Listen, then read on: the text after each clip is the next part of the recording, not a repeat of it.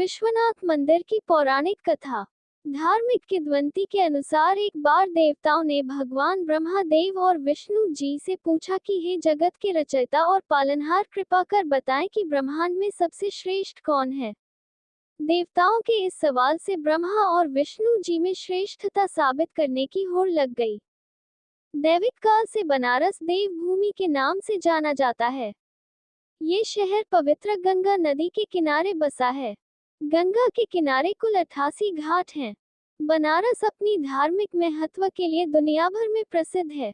हर साल दुनिया भर से पर्यटक बनारस घूमने आते हैं। लोग गंगा आरती में शामिल होकर ईश्वर का आशीर्वाद प्राप्त करते हैं। साथ ही काशी विश्वनाथ मंदिर में जाकर बाबा के दर्शन करते हैं।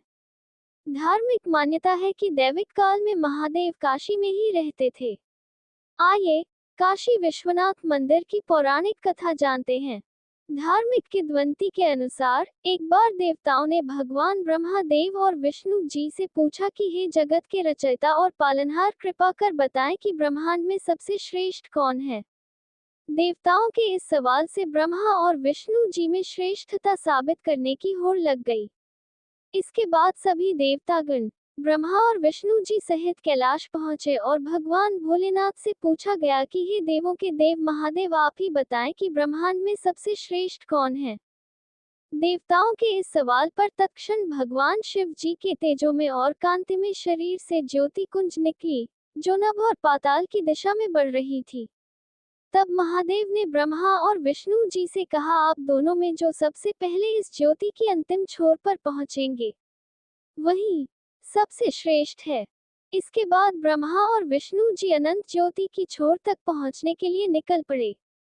कुछ समय बाद ब्रह्मा और विष्णु जी लौट आए तो शिव जी ने उनसे पूछा, हे देव, क्या आपको अंतिम छोर प्राप्त हुआ।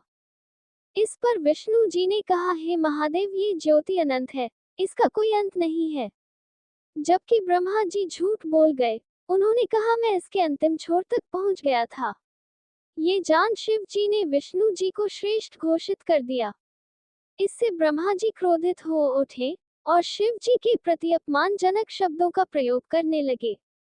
ये सुन भगवान शिव क्रोधित हो उठे और उनके क्रोध से काल भैरव की उत्पत्ति हुई, जिन्होंने ब्रह्मा जी के चौथे मुख को धड़ से अलग कर दिया।